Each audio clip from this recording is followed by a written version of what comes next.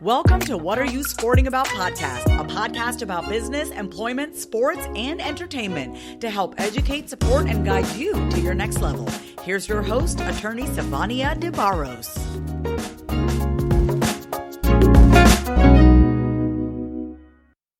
Hi guys, it's Sivonnia DeBarros, Protector of Athletes. I am back here again, and today we have the amazing Cristin Dent with us. Hi, Cristin. Hi, Sivonnia. Thank you so much for having me. I'm super excited to be here and just chat about how sports is changing the game right now and how college athletes can prepare to win in this season. Absolutely, absolutely. And Cristin, you have created something that is amazing. It's new, called Dear Athletes. Can you tell us a little bit about that? Yes, so Dear Athletes was actually created during the COVID-19 pandemic, where college athletes are a very overlooked population, where people think they're very privileged. And a lot of athletes had to go home. And a lot of people don't know that there are several athletes that don't have a home to go to. 86% of college athletes live below the poverty line. So that's nothing with just an ethnic population or a race population. That is a college athlete population. And several students were not able to eat 3 times a day. So most of them are relying on college to make sure that they're eating and having a place to stay. And so we really heard this hidden outcry, and we saw how many athletes were distressed and really didn't know how to get help. And so one thing a lot of people don't know is you think just because you get on a team that it's a family, and that is not the case. You're a family when you're profitable to these institutions. And as soon as you get as soon as a college athlete gets injured, their scholarship is cut. You are only allowed to keep your scholarship, especially a full ride, if you are playing. And so now that all these college athletes had to abruptly leave and go back home, who's paying for their tuition? Who's sending them their stipends? Not everybody got that, and some students had nowhere else to go. And so Dear Athletes, we are a nonprofit organization. It's called the Dear Athletes Foundation. Really, it's like an open letter to college athletes to really let us know that they see them. And I cheered when I was in college. I was a graduate student, and I cheered for a Division I university. So I saw a lot of the ins and the outs, the background, the donors, the parties, the invitation onlys, being around the billionaires. So I saw a lot. And I believe God has called me for such a time as this to liberate and help other people who are college athletes as well. That's amazing. So I ran track in college, and I think I speak for a lot of people when I say, it was a struggle. Just being a college student in itself is a struggle. And there are times where you are hungry. And I do believe that a lot of athletes become injured because of the inability to eat properly and even have the means to do so. So what you're doing is amazing. This is a very weird time that we're in, of course, because we have COVID-19 happening. There's social justice issues all over the place. And we have name, image, and likeness coming down this pathway. So you have definitely stepped in a big way to try to fill the gap to not only just support athletes, to make sure that they have the resources that they need to stay healthy, basically. But you're also trying to educate them as well. So let's talk a little bit about name, image, and likeness, because this has actually been one of my favorite subjects so far. I've always wanted athletes to be able to profit from their name, image, and likeness. And we have a few states that have enacted legislation. Florida has actually made theirs law beginning of July of this year. And so a lot of student athletes are now in the process where they have to really get it together, because it's coming. It's really, really coming. So what are some of the conversations that you or your organization are having with these athletes, and the importance behind NIL? Yeah, so one thing is we have to understand what it means, who it's for, and the pros and the cons, because there are cons to likeness. So number one, likeness is when a college athlete will be able to get paid by a brand or company due to their popularity, due to their likeness.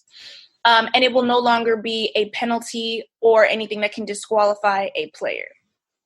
That is beneficial because a lot of people think college athletes get paid a lot, and they do not. Sometimes they get a $5,000 stipend per semester. Their stipend is heavily predicated on coming to 5 a.m. practice and 7 p.m. practice, and they don't have a lot of time to have a life outside of athleticism, because even though we call them student athletes, they're mostly athletes. Yeah. Now, what does this mean for likeness? This means we are going to have college athletes who are going to be getting, $50,000 to $150,000 checks for doing a Instagram post for Frosted Flakes, for Fashion Nova. And although that sounds really good, this is now opening the door for more vultures. So now we are going to have more people in the sports industry, more sporting professionals looking to profit off the vulnerability of college athletes and become their agent, their publicist, their lawyer, which is a whole nother job. So one of the pros to likeness that we've been talking about is that's great that you're getting compensated because you are working hard. The con is this is another job, and it can be a very huge distraction that prevents you from graduating. Well, it can be extremely overwhelming too, because you're now turning into a business owner, like you said, and when you have a business, there are multiple things that you have to implement to properly run that business. And having a team is going to be instrumental to that student athlete success. So then the question becomes like, how do you know how to ask certain questions for certain professionals to build the right team? You know what I mean? Right. And that's what nobody's teaching you. Correct. Or teaching these athletes. Do any of these athletes have a LLC? Do they have a DBA? Do they have a business bank account? No. But somebody who they don't know is going to approach them and really profit off of them, and they're going to get ripped off like 88% of professional athletes who go broke within 2 years after leaving the league. We are coming into a time when we're talking about social justice on all platforms, justice in your finances, that you cannot rely on somebody, especially somebody who does not look like you, who does not value your integrity or your culture, to protect your assets. Because at the end of the day, you're going to be a client for them for about 5 to 7 years. And when you get injured or when you get too old and you don't get picked up again, they will get the next set of fresh legs and profit off of them. Right. So education has to come with likeness, because this is a new business, and a lot of these students are not business owners or really set up for branding or anything like that as well. Now, the other thing why this is really positive is because a lot of these college athletes, they're paying their own bills. I know a lot of them. There's a whole documentary on, it's called Schooled. It's about how UCLA basketball players were like on the verge of robbing liquor stores because they were so hungry. And for those of you who don't know, when you're crazy, I've never seen that. Exactly. If you're a college athlete, you're not allowed to work. You're not allowed to do like on-campus work study. Like, being an athlete is your job, but the stipend is not enough.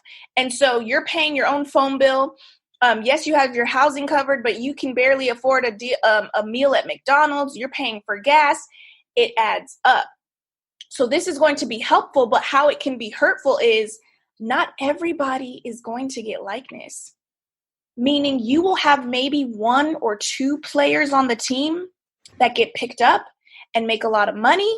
And then you'll have the rest of the team looking at them like, why are you getting chosen? We're the ones doing all the work. We're out here doing, and then there's a huge potential for inner conflict amongst players. This is what a lot of people are not talking about. That there's already a certain level and drive within the team. People are always like fighting for position, fighting for playing time. So when you introduce likeness, now it's like, I'm not just trying to get playing time so I can play and possibly go to the league. I'm getting playing time so I can get somebody to pick me up and pay me for likeness, pay me to do a brand sponsorship. Yeah, that's true. And, I think, but there's still the ability and the opportunity for athletes to build a foundation around their own particular names, to really create something great outside of sports. You know what I mean? Mm-hmm. But again, it's going to take having the right team around you, having the right support system around you to make it a success, so that you're not wasting your time digging into something that is going to be heavy. Because as you know, as a student athlete, that schedule is already packed. And so now comes the skill of management, time management, team management, being able to make sure that the people you've put on the team are actually doing their jobs too. So it's gonna be hard, but I do think that there's gonna be some reward to come out of it. I just know that there are a lot of conversations that have to take place, that must take place for these student athletes, because we have seen traditionally Black and brown athletes are the ones to struggle most, being an athlete in college, but and not having the support that they need, which is one of the reasons why I believe that a lot of them have been working so hard to go pro, to fill in that gap. But what I don't want to have happen is we get to this point, name, image, and likeness is happening. It's there. And the athletes are still falling by the wayside because no one properly educated them. Exactly. And I think that lack of education is why people prey on these college athletes, or just athletes in general, who don't have a strong support system. Absolutely. And knowledge foundation in literacy, financial literacy, even cultural dynamics. One thing that you will notice is, especially when it comes to the NBA and NFL, those are the two most profitable sports. When it comes to college sports, college football is the highest generating sport, averaging, 38 million at minimum per weekend. And I think it's important for us to understand that a lot of these players, college is not just to get an education, it's to provide for themselves and their families. And I think we have to remember that if you don't have a strong family support system, you are more likely to be taken advantage of, specifically players who do not have fathers.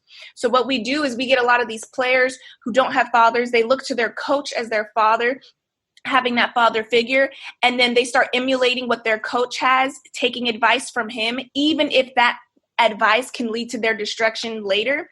And so then they hire people who look like their coach, and they don't hire people who look like them.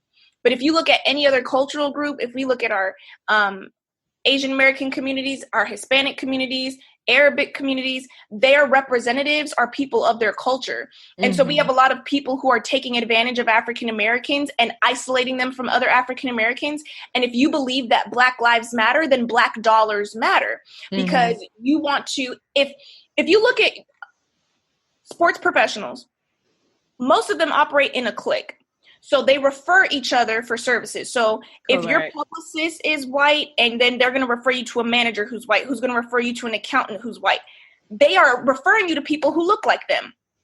Do you think any of those people are hiring Black people to work for work? Do they have a Black accountant? Are they coming to the Black community for services? No. So why is it that it's okay for every other cultural community to do business with each other, but we don't do business with each other? And then when Black people do want to do business with each other, people want to say that's racist. No, boundaries only offend people who are used to taking advantage of you. And to any college athlete that is listening to this, I want you to know that you can get hustled by any cultural group. If you watch the movie Straight Outta Compton, it was a white man who clearly robbed Eazy-E and the entire Connect game, because they trusted somebody. And there's going to be a lot of people who cannot play basketball, cannot play football. They are just looking for a fresh pair of legs that they can profit off of. And if you are not protected, if you don't have people who love you and care for you, if you don't know how to listen and read contracts, you are going to be hustled in this game of likeness. Yeah, and you're right. And, and sometimes too, I mean, there are some smooth talkers who may look like you as well. Yeah. Oh yeah. Yeah, but you definitely, I think representation is very important. Representation has been a constant issue that I've had with sports. When you look at some of the major types of sports and then you look at the administration does not mimic the players who are down in the field and on the court. Mm-hmm. So I definitely think representation is necessary. And it matters because when you create your business, it's not just about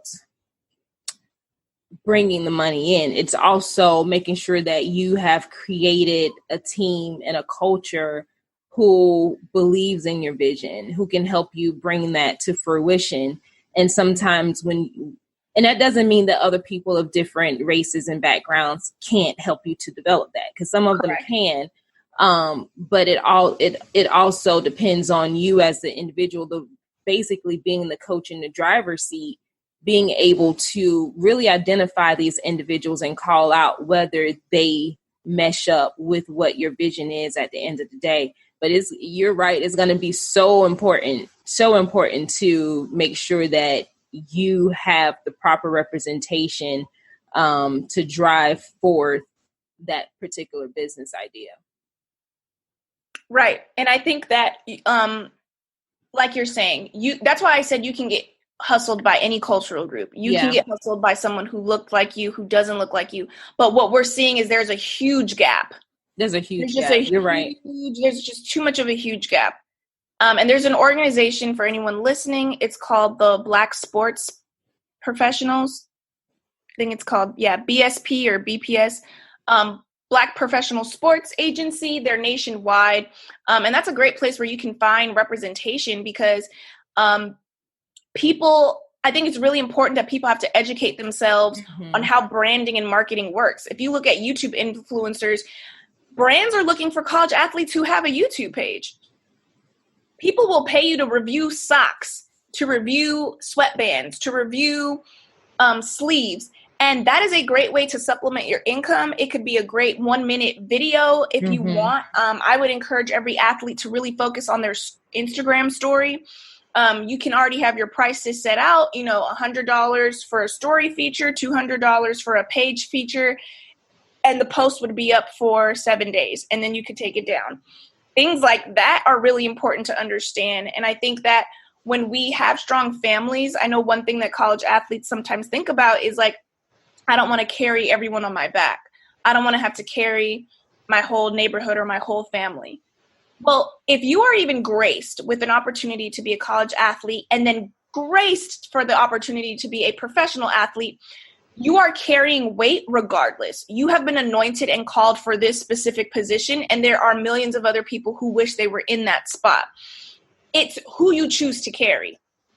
So whether you think that people look like you are going to weigh you down, guess what? People who don't like you will end up weighing you down. And I think that is the myth that we have to break, that only Black people will bring Black people down. That's not true. And when you don't understand your identity, that doesn't mean you take everybody, but you have to understand the position that you're playing. You are going to have to take people with you, and then you have to choose who you have to do it with. I just really hope we come out of that narrative. We come out of that narrative that other African Americans don't know what we're doing. Every other cultural group thinks we're profitable, but us. That's why there's nail salons, restaurants in Black communities, because we spend money. We are profitable. We are talented. And it's okay for us to circulate that money within ourselves. Why is it that our DNA is used to make so many other people millionaires? Why don't we make people who have the same DNA as us millionaires? That's a great point. The system. Yeah, we have to change the system. We have to be smart about what we're doing and how we do it. And it's also going to be very important for athletes, especially now with name, image, and likeness happening, for these student athletes to understand the concept of self-preservation, because now there's this opportunity to actually create a financial foundation. You know what I mean? And before college athletes weren't able to do this. So now, whether you make it to the pros or not, you have the ability to really start and establish something that can be great, something that actually may do better than going to the pros. You know what I mean? Exactly. But still with that, you have to preserve. You have to make sure that you understand your purpose and where you're trying to go, because if you don't, then we can talk about everybody else who can swindle you and everything, but you'll end up swindling yourself, just for lack of education, lack of responsibility, lack of self-preservation. And sadly to say, sometimes it's the people who's closest to us that, we will tend to basically go into the hole for and not look at what the big picture is, Right. And this is the thing, 98% of college athletes will not make it to their professional league. Whether you're in swimming, soccer, football, basketball, 98% of college athletes will not make it to the professional league. And I know that a lot of people have that aspiration. Yeah. You cannot rely on that. Yep. So with the platform, likeness is going to be beneficial for people who, like, you know what, you may not go to the pros, but use your likeness, use the money that you're getting from likeness to start a need-based business, to start a profitable business. Use yourself and your name to have people pay you for advertisements, to do reviews. And then it's okay to go into a business that has nothing to do with sports as well. It's okay to have a job and have a side hustle as an entrepreneur. One thing we've seen from COVID is exactly, people lost their jobs overnight. Overnight, you are told to go home. Overnight, you can't leave. Overnight. This is not the same time where our grandparents were able to have one person working outside of the house. Like nowadays, I mean, things are just so expensive. The cost of living is astronomical that it's okay for both parents to actually hold down a few jobs or a few gigs or whatever, side hustles. Yeah. I mean, that's just how expensive and crazy it is. And then you factor into actually trying to build a business. On top of that, you may actually need your side hustle to actually pay for that business. Exactly. And I think even that's such a big deal. So if you think about your grandparents, and maybe for college athletes listening, maybe your great grandparents, most of them own houses. Mm-hmm. But if you look at your parents, do they own a house? Something has happened where it was much easier to get a house. It was much easier for there to be homeowners. There were more homes than apartments back then. And there seems to be a gap of struggle. And I know that we have to do our own due diligence where we stop trying to look like money and actually have money. We have to. You're preaching a word, right? There's a verse in Proverbs that says there are many who are rich who pretend to be poor, and there are many who are poor who pretend to be rich, and that's real. Yep, that is so real. And when you're really about it, you have to understand that when you're especially a college athlete or a professional athlete, you got about 7 to 10 years. Yep. You don't have a lot of time. So you want to think about a business, because you can have multiple streams of income. Think about a business that doesn't need your face. Mm-hmm. Because when people don't like you anymore, are they going to buy your socks? Are they going to buy your shoes? You want to have a business that people don't even know you're a part of it and it's generating money. Mm-hmm. So you want to open a gas station. You want to open a grocery store, because those are what we see in COVID are the need-based businesses. Grocery stores were packed out. Pandemic proof. Shelves. You want to go into the paper towel business. You want to go and start your own toilet paper line. You want things that, I'm not praying for this to happen again, but you're seeing how those things were essential. Yeah. And remember, that doesn't have to be your only business, but you want to start thinking about, how can I have a business that has my face, that doesn't have my face? How can I get into real estate where I have people, where you can buy an apartment complex for, depending on where you live, $250,000. You can have people paying you $1,000 per month for rent. And if you have like 20 units in that building, that's $20,000 a month. If you were to get injured or out of the league, that is sustainable income. If you felt like the responsibility was too much, you can always supplement and get somebody else to be like a property management company to do a lot of the things for you. Or you could sell that apartment complex for $450,000. Yeah, I know there's a lot of athletes who want to get into real estate because real estate is a great way to create a legacy. It really is. The only problem, though, is that a lot of these athletes are creating businesses, which is one of the reasons why my niche is athletes in business, to help them structure and create businesses that can protect them instead of it being the other way around. Yeah. But the sad thing is that a lot of them are trying to build these real estate businesses without having proper measures in place. Yeah. So, it's a great idea to do that. But then, especially if you're talking about student athletes, the question is, do you number one, have the revenue already, the cash flow, the seed to start something like that? So, because that's a huge endeavor. And while you're in college, I doubt you'll have the time to really manage the properties the way that they would have to be managed, So like what could be an idea though? Like you said, something that is small, pandemic proof in a sense. I think back to these face masks. Everybody had to wear these face masks, and then people just in their homes just sewing masks like crazy. It's so small, and it doesn't cost that much, where if you can find like that one little thing that can fill a gap, fill a void, and the cost to entry is low, that's like the perfect option for a student athlete coming into something. And then once you build that cash flow, then definitely start looking at how you can build and find things that are in line with your purpose. Because I do know there's been several athletes that I personally have spoken with who have just done things because, like you said, they were out here poor, but trying to act like they were rich just because they had a little money at the time. Yeah. So I definitely. No, yeah. So this is exactly like a strategy that I would give, and this applies to all facets of life. First thing I would tell any college athlete, one, what I mentioned about real estate, that's a goal you want to work towards. So that's a long-term goal. Okay. So the first thing that I would tell anybody in any stage that they're in is get a piece of paper and write down the middle, or fold it in half. On the left side, write down what I have, and on the right side, write down what I need. The answer is already inside of you. And I think why a lot of college athletes get stuck is because they think their answer is outside somewhere else. And what I'm saying doesn't mean you do everything alone. Right. It's not lonely at the top if you take people with you.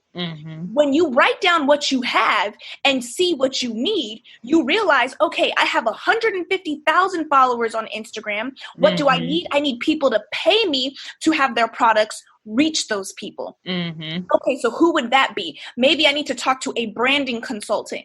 Maybe I need to reach out to my cousin who has a degree in marketing and branding. See, your answer is in the house. Look at people in your family. Look at people who are close to you. Reach out to mentors. Who's doing what you want to do?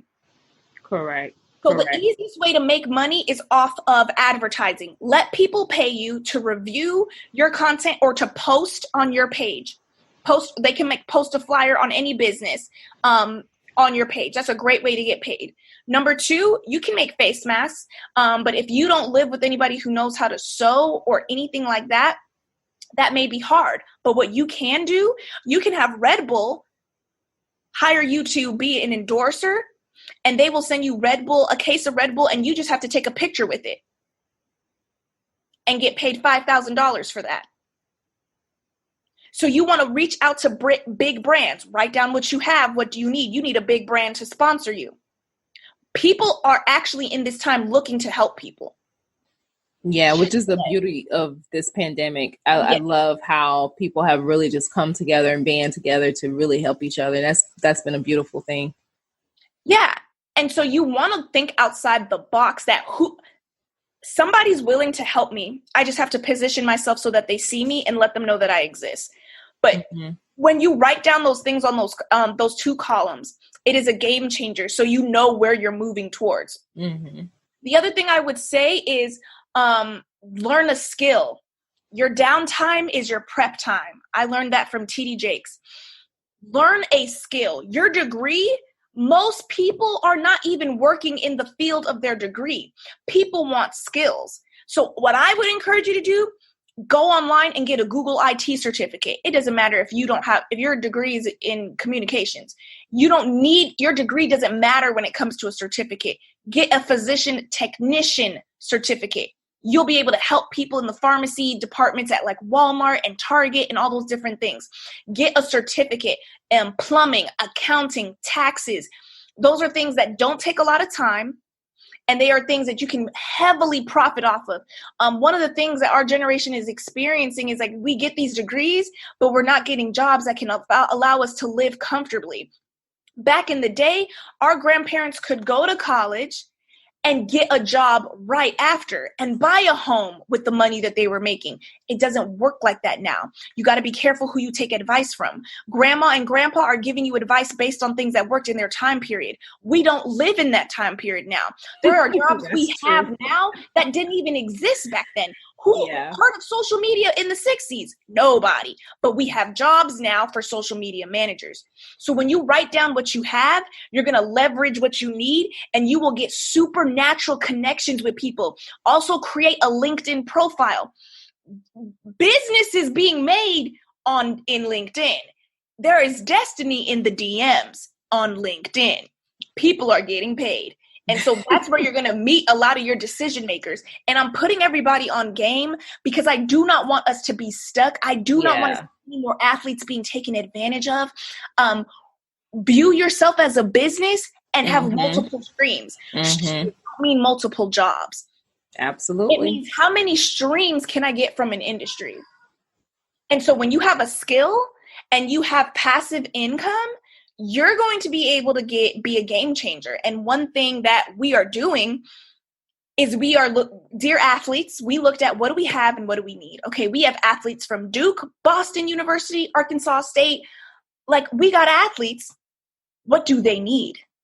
They need jobs. They need internships. The majority of college athletes complain that they cannot get winter or summer internships or jobs. Well, you tell them to call me. Right? And it's a lot of it is due to their sporting schedule. Yeah. They have a very hectic schedule. And then, you don't have time. Yeah. You don't have time to put anything on your resume. And so you're less likely to get hired. But what did we do? Dear athletes, we became the solution to that problem. You will always be profitable when you are a solution to a problem. You will always make money when you are a solution to someone else's problem. So we created the Dear Athletes, Inc. So the Dear Athletes Foundation is our nonprofit. And that's where we help college athletes pay off medical bills, debt, hunger relief programs. We partnered with DoorDash this summer. We gave away $50 gift cards to athletes who registered with us. And we are excited to create partnerships with other brands who want to feed college athletes. And that was the nonprofit. The for-profit is us. We created a staffing agency, Dear Athletes, Inc., where we place college athletes and assign them and place them with compatible organizations and companies for careers and internships. That's really amazing. I'm so happy that you were able to step in and fill that need. And I know that this is going to benefit a lot of athletes now and in the future. Yeah, thank you. And that's the thing, when you are constantly looking at what are people complaining about, that's another thing I would just tell any college athlete right now. What are people complaining about? What are things that bother you? Now be the solution to it. Once upon a time, it really bothered somebody that they couldn't write something on a piece of paper and have it stick in front of them, and put that paper anywhere. So what did they do? They created something called a sticky note. So they could write something on a piece of paper and stick it anywhere. Did people think it was dumb? Yeah. But that is a $1 billion industry right now. Mm-hmm. Absolutely. But somebody thought of something that bothered them and they created the solution. The minute you do that, you will be profitable. And I will just say this, when you start writing things down, that's a form of healing. It's getting a lot of athletes struggle because they keep too many things in their head. They hold too many things in. I just want to let everyone know listening to this, you don't have to be that strong. Do not have a perverted sense of strength, because that leads to silent suffering. And you will be suffering and drowning. And God will send boats and people to help you, but you will be too prideful to receive the help. Mm-hmm. So you don't have to tell everybody everything, but you are responsible for getting it out. And I can definitely speak to that. And I tell you, writing has been one of my therapies for a very long time. Writing music, writing poetry, writing books.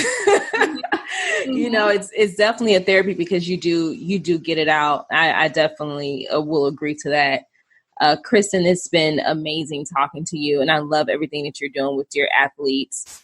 Please keep it up. If there's anything that we can do here at What Are You Sporting About to assist you in your efforts, to help these athletes in ways that will help them to become profitable at some point in the future or down the line, or just to support them for resources, let us know for sure. We definitely appreciate you having you here, and we hope to completely connect with you again. Yes. Thank you for having me. This is great. I appreciate your platform and what you're doing, having such a specific niche, and for you to be a lawyer and have services that are so necessary. Like, thank you for what you're doing, and just even thank you for your time. I really enjoyed myself, and I hope to come back as well. Absolutely. All right. Well, we'll talk to you soon. Thank you. All Bye. Right. Bye. Thanks for joining us this week on What Are You Sporting About podcast. Make sure to visit our website, prosportlawyer.com, where you can subscribe to the show in iTunes, Stitcher, or whatever your favorite platform is, so you'll never miss a show. And while you're at it, if you found value in the show, we'd appreciate a rating on iTunes or iHeartRadio. Or if you'd simply tell a friend about the show, that would help us out too. If you like the show, you might want to check out our book, What Are You Sporting About? Attorney Sivonnia DeBarros is available for private consulting at sldebarros.com. And remember, we're here to educate, support, and guide you in your journey to success, because we're all sporting about something.